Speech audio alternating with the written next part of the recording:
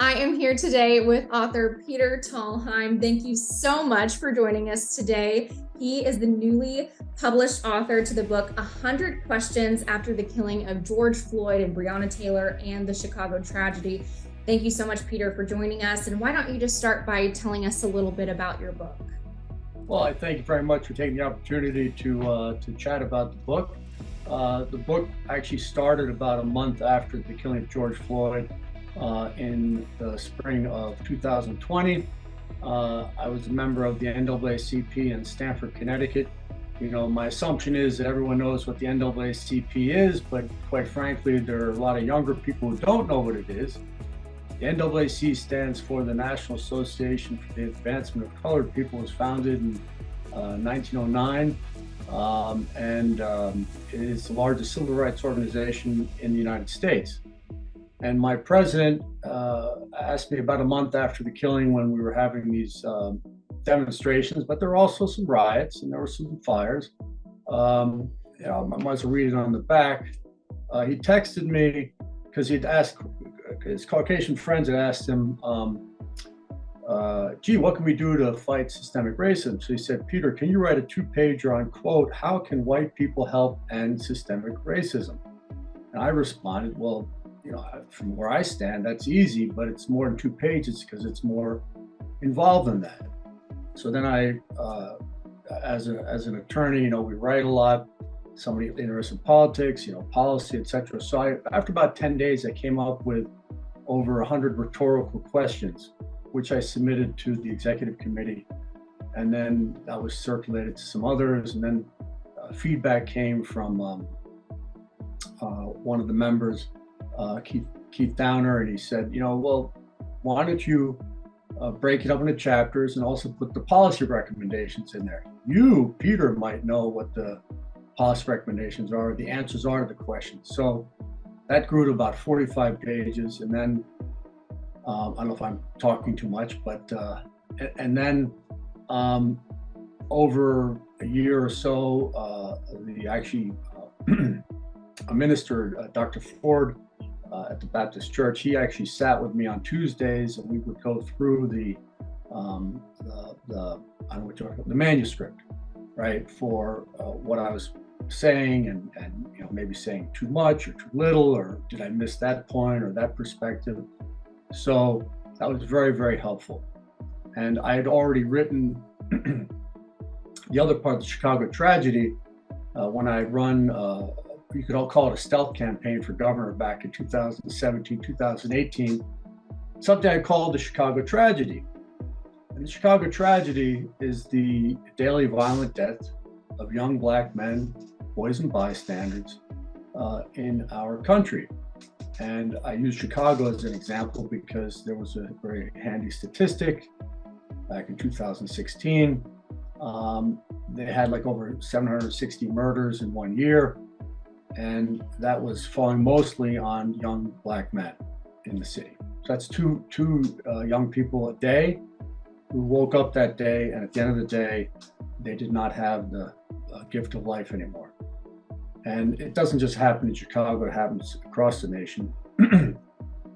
But for some reason, we're not actually allowed to talk about it. We're not allowed to talk about it unless it involves the police or unless it involves gun violence. Otherwise, these deaths don't count. So I actually combined the two. And even though the book starts with 100 questions, the Chicago tragedy, the book starts with the Chicago tragedy because you kind of need that as a little bit of a foundation to then lead into the 100 questions, because then you work on some of what's the Chicago tragedy in the book. So that was kind of how it started. I don't know if you have anything else.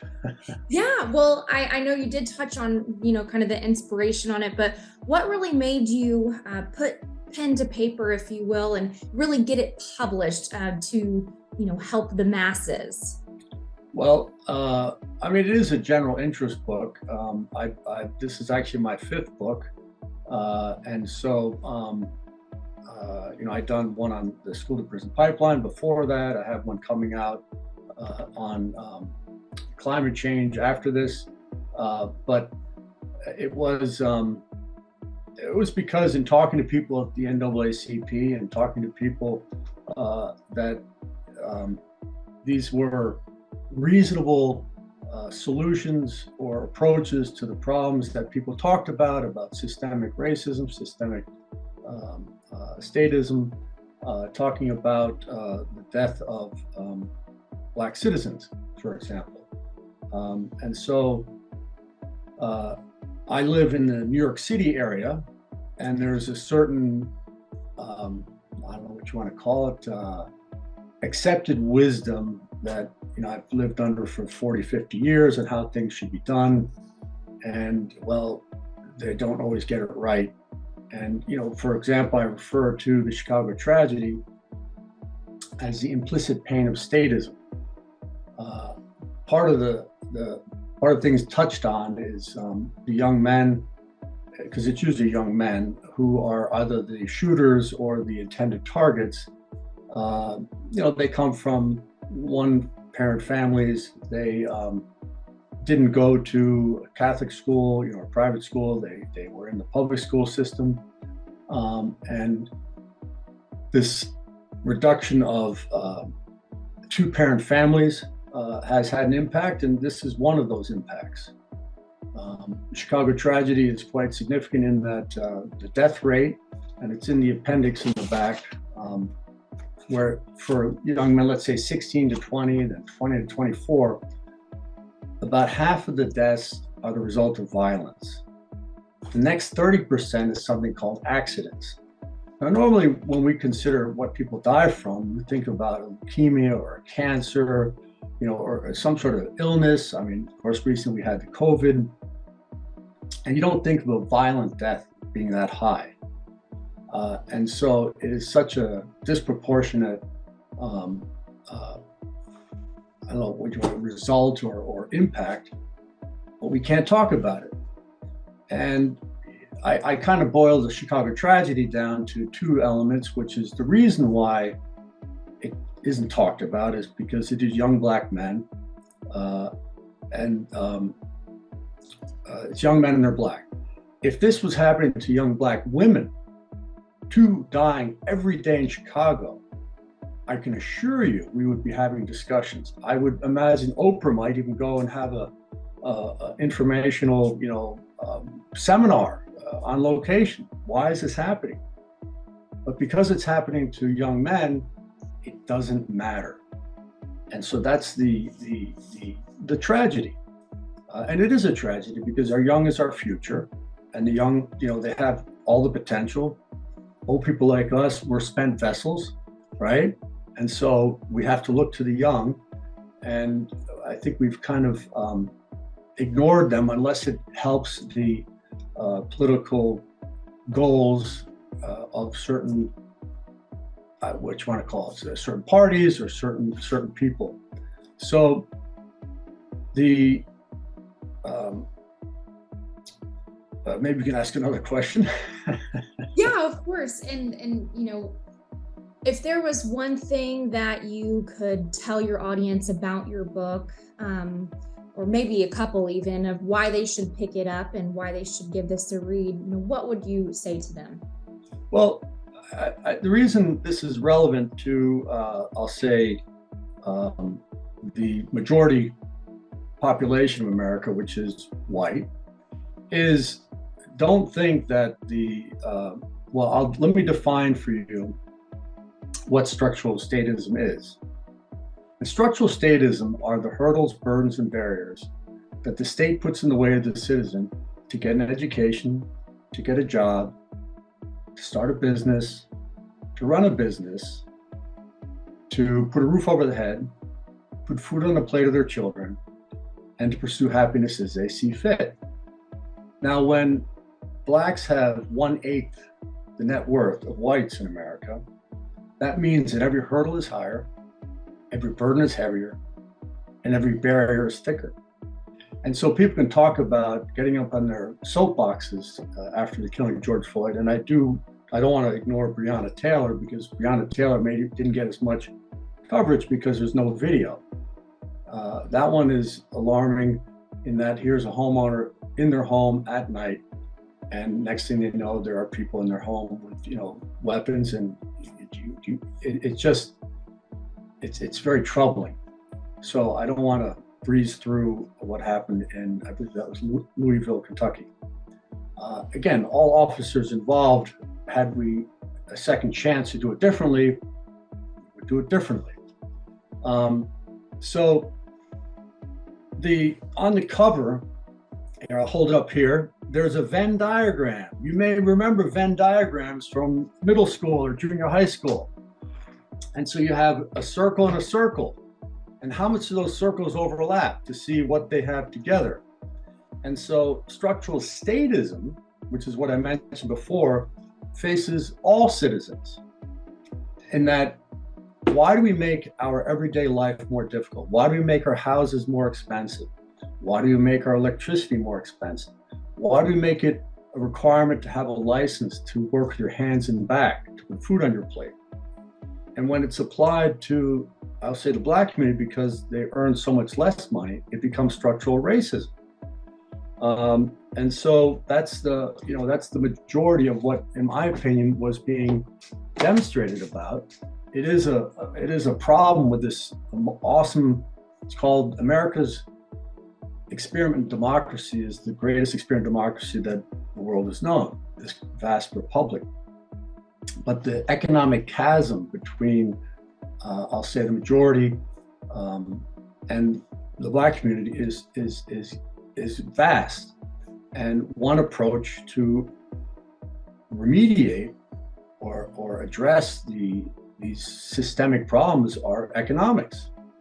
And so I kind of, there's many chapters in the book, but one of them does talk about the right to work with your hands and back to put food on your plate, which I maintain is a civil right. It's a natural right, in that what is freedom of speech, press, assembly, religion going to do you if you can't even feed yourself? Now, we don't require anyone to have a license to speak, to write a book. I don't need a license to write a book. I need a license to practice law, and that's, for good reason. You need a license to be a doctor, and you need a license, to be a dentist, and to be a plumber. I mean, there's certain risks there, but we have overstepped our bounds in, like, Connecticut, for example. If you want to fix your neighbor's fence or their screen door on their porch, well, because it's residential property, you're actually supposed to be a licensed home improvement contractor. And the state is unlikely going to arrest you. They could. They have other things to do. And they really only go after people who are itinerantly bad or fraudulent or something. But nonetheless, the thesis that I have to pay a fee to get a license to work on my neighbor's door, or to move materials at their property, or to dig holes, these are it's kind of like where people want to make a perfect society. So if we have everything on a nice list and everything is neat and orderly, because that's what we said in the statute books, then of course society will be perfect. But I can assure you, as somebody who built houses for over 20 years and have dealt with the trades, etc., and do the work of my hands myself, that you don't get rid of shoddy workmanship, you don't get rid of fraud, you don't get rid of people who put a deposit on work and then the people don't show up, even with this home improvement legislation. So it is wrong, in my opinion, and this is part of structural statism, requiring the citizen to jump over these hurdles to just make a living, and that should be questioned. Also, this concept of the school to prison pipeline, which is not what is popularly referred to as in security officers in the school. It's the failure of the public school monopoly to give a decent education, and the opposition of factions against expanding school choice. And so then the state offers, I'll call it, less than average schooling to our citizens, which impacts the Black community more than others, because if you have more money, you can maybe go to Catholic school. You can maybe pick a school district that might have better results in school. But if you don't have the money, you're left with whatever's right in front of you. So the state offers less than average schooling, but they require perfect paperwork in doing a trade, doing work. So if your paperwork is not up to snuff, the court says, oh, you didn't have this element in your contract, you will not receive any compensation here, goodbye. Which means the property owner gets to keep the work and the laborer comes up empty. And that is, well, that's unfair. And I think we should take a closer look at these minimums that we require. A barber in Connecticut, it's something like, I don't know, 1,500 or 2,000 hours of schooling before you get a license. Well, I got to pay for those classes, and I got to sit for whatever, half a year, and plus feed myself at the same time.